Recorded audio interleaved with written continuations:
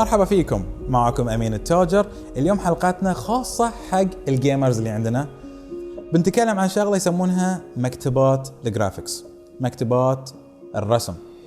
يمكن مر عليكم اسم OpenGL، مر عليكم اسم DirectX. ما قد مرة فكرتوا وش السالفة، شنو المعنى، شنو المغزى من ذي السوالف. ليش كل ما ابي انزل لعبة جديدة الكمبيوتر مالي يقول لي انه قاعد انزل لك درايفر مال OpenGL او درايفر مال شغلة يسمونها DirectX. هاي الشغلة هي المكتبة الرئيسية اللي تسمح حق الكمبيوتر مالك انه يرسم على الشاشة. معظم المبرمجين يشترون لهم جرافيكس كارد، صح؟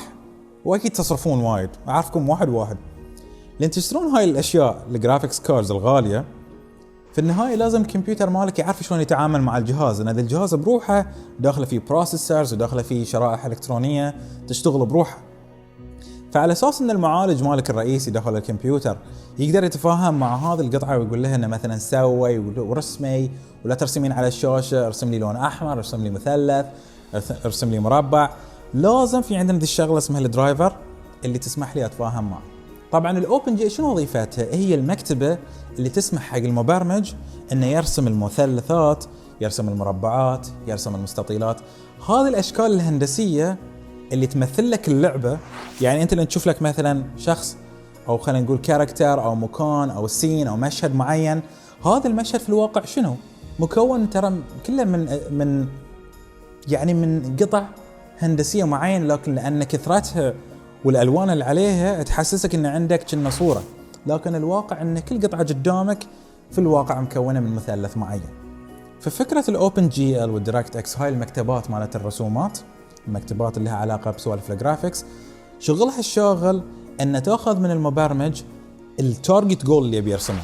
يعني فرضا تخيل ان انت الحين قاعد عندك كاركتر معين في اللعبة مالتك، هذا الكاركتر وين يسوونه؟ يسوونه في برامج معروفة يسمونها 3ds Max، مايا، حق الاشخاص اللي دائما يحطون يدهم في سوالف ال 3D والتصميم. هذا الموديل في النهاية مكون من مجموعة مثلثات. فهذا النظام اللي نسميه اوبن جي ال او دايركت اكس اللي موجود داخل اللعبه او داخل جهازك، ياخذ المثلثات ويكلم القطعه مالت الجرافيكس مالتك ويقول حق القطعه يلا بسرعه رسمي هالمثلثات على الشاشه بشكل جدا سريع على اساس الكاركتر يبين. لكن هو شنو الفكره؟ مثل ما قلنا كل شيء مكون من مثلثات، والشيء اللي سهل على المبرمجين الرسم ما عليك الا تستعمل اوبن جي ال. طبعا اوبن جي ال على اساس تستعمله لازم عندك خبره شويه في الامور اللي لها علاقه بالاحداثيات والرياضيات. ليش؟ لان انت في الواقع كأنك تسوي بيئه افتراضيه، انت قاعد ترسم مثلث في محل معين في هاي الاحداثيات، انزين، ترسم مربع او مكعب في مكان معين. لان تعطي هاي المعلومات حق جهاز الكمبيوتر، بعدين اذا حطيت كاميرا معينه داخل اللعبه كأنك قاعد تصور من محل معين، مو لازم تغير المحلات مالت المربعات، انت مو كأنك ترسم 2D، انت قاعد تكون المشهد على هيئة 3D، قاعد تحط الأماكن حق هذا القطع، وبعدين تقول حق الكمبيوتر خلاص أنا أعطيتك الأماكن بالتحديد مواقعها، أبي أخلي الكاميرا فرضاً فوق، أبي أخلي الكاميرا تحت، أبي أخلي الكاميرا مثلاً في مكان معين.